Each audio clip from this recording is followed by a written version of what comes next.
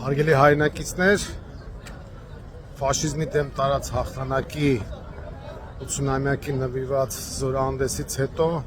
կուզենայի մի քանի նախնական, այսպես քաղաքական գնահատականներ ներկայացնել։ Ինչպես հայտնի է, զորահանդեսը ոչ միայն ու ոչ այնքան ռազմական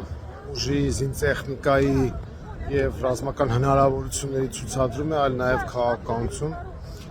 Այս անգամ եւս այդ բաղադրիչը առկա էր եւ բնական է դա, հատկապես եթե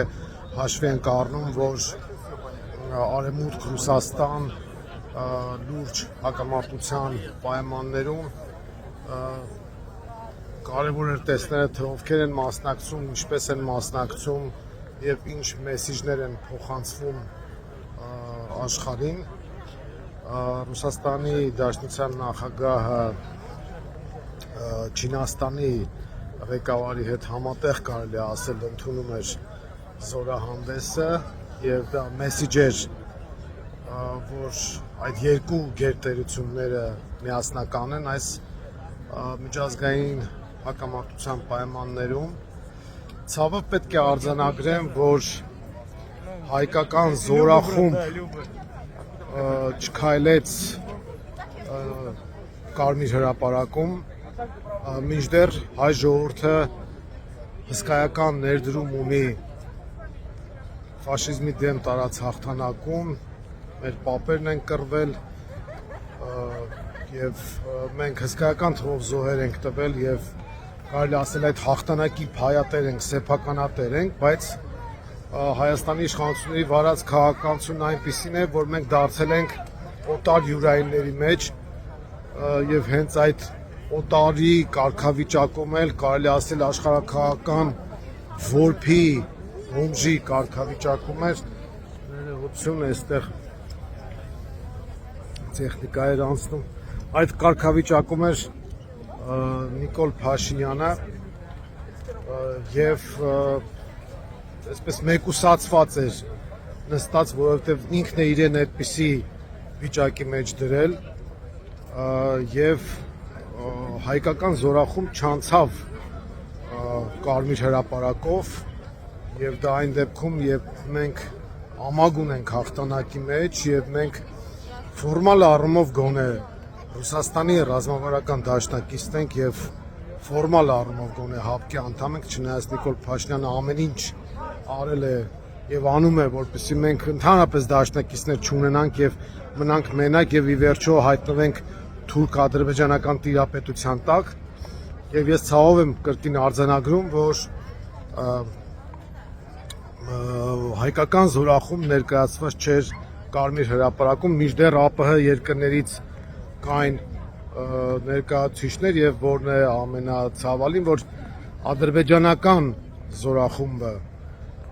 անցավ Կարմիր հրապարակով, այն դեպքում, երբ որ հայրենական պատերազմում անհամեմատելի են հայ ժողովրդի եւ հայերի ներդրումը ադրբեջանականի համեմատ Ալիևը իհարկե չէր մասնակցում, սա էլ յուրօրինակ քաղաքական մեսիջ էր, այսպես Ալիևի քաղաքականությունն այնպիսին է, որ ինքը փորձում է նաեւ այսպես արևմուտքին որոշակի ռևերանսներ անել, բայց նա նման բան իրեն կարող է թույլ տալ, որովհետև կարողացել է Նիկոլ Փաշինյանի վարած քաղաքականության արդյունքում նախ հաղթանակ տանել պատերազմում, ապա նաև ամբողջությամբ գրավել Արցախը։ Եվ ահա ադրբեջանական բանակը մասնակցում է, բանակի ներկայացուցիչները մասնակցում են զորահանդեսին, իսկ հայկական զորախումբ չկա։ Նիկոլ Փաշինյանը կար, բայց նրան նույնիսկ կադրերում ցույց չէին տալիս, ես ինչքանով որ հասցրեցի հետևել էկրաններից, նրան ուղղակի ցույց չէին տալիս, որովհետև ինքն է այդպիսի վիճակում դրել իրեն եւ Հայաստանին։ Եվ սա ցավալի է արձանագրելը, ինչը միջազգային ասպարեզում ակնհայտորեն մեզ շահեկան դիրքերում չի դնում։ Ահա այս հատվածում էին նստած ղեկավարները եւ ցավալի էր, որ նույնիսկ Հայաստանը ներկայացնող մարդուն ցույց չեն տալիս, բայց Կարծես ինքն է ամեն ինչ արել է դրա համար, որպեսզի ցույց չտան։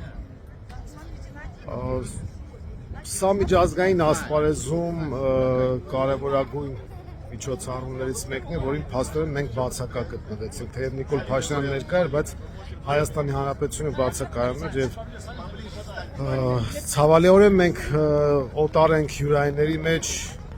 եւ օտար ենք նաեւ օտարների մեջ։ Հայաստանին ընդհանրապես օգտագործում են, իսկ Նիկոլ Փաշինյանը իր կաշվի փրկության խնդիրն է լուծում, իր անվտանգության հարցն է լուծում եւ ամբողջությամբ հանձնվել է թուրքական ողորմածությանը եւ Թուրքիայի աջակցության ակնկալիքով է նա վարում քաղաքականություն։ Այս ամենը մեզ եւս մեկ անգամ ցույց է տալիս, որ մենք պետք է ամեն ինչ անենք, որպեսզի Հայաստանում իրավիճակը փոխվի, քաղաքական տեղի ունենա իշխանապողություն, որը մեր անվտանգության ապահովման կարևորագույն նախապայմանն է։ Մոսկվայում շատ հաճելի եղանակ էր պարադի ժամանակ, ուշագրավ էր, որ ասում էին կանխատեսում են, որ անձրև կլինի, բայց այդպես չեղավ։ Նախ օգտվելով առիթից եւս մեկ անգամ շնորհավորում եմ բոլորիս մայիսի 9-ի կապակցությամբ, հաղթանակի կապակցությամբ, բայց ցավով եմ նաեւ արձանագրում, որ Նիկոլ Փաշինյանը խլեց մեզանից եռատոնը, ինքը ամեն ինչ արեց, որ մենք ստանանք պատերազմ, կամ ամեն ինչ չարեց, որ այդ պատերազմը չլինի։ Եթե սկզբնական փուլում մենք կարող ենք խոսել հիմարության, ապիկար քաղաքականության մասին, ապա առնվազն 22 թվականի հոկտեմբերի 6-ից սկսած մենք գործ ունենք դավաճանական մոտեցման հետ եւ հոկտեմբերի 6-ին Պրահայում Նիկոլ Փաշինյանը Արցախը ճանաչեց Ադրբեջանի մաս։ Դա պետական դավաճանություն էր, հանցագործություն էր, որի արդյունքում մենք ստացանք էթնիկ զտումներ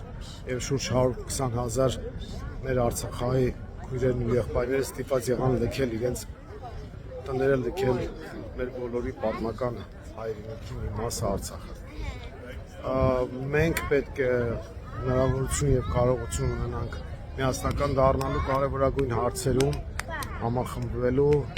եւ հաղթանակ տանելու եւ որի կարևորագույն առաջին նախապայմանը իշխանապողությունն է։ Առայժմ այսքանը կուզենայի գնահատականների մասով մայիսի 9 2025 թվական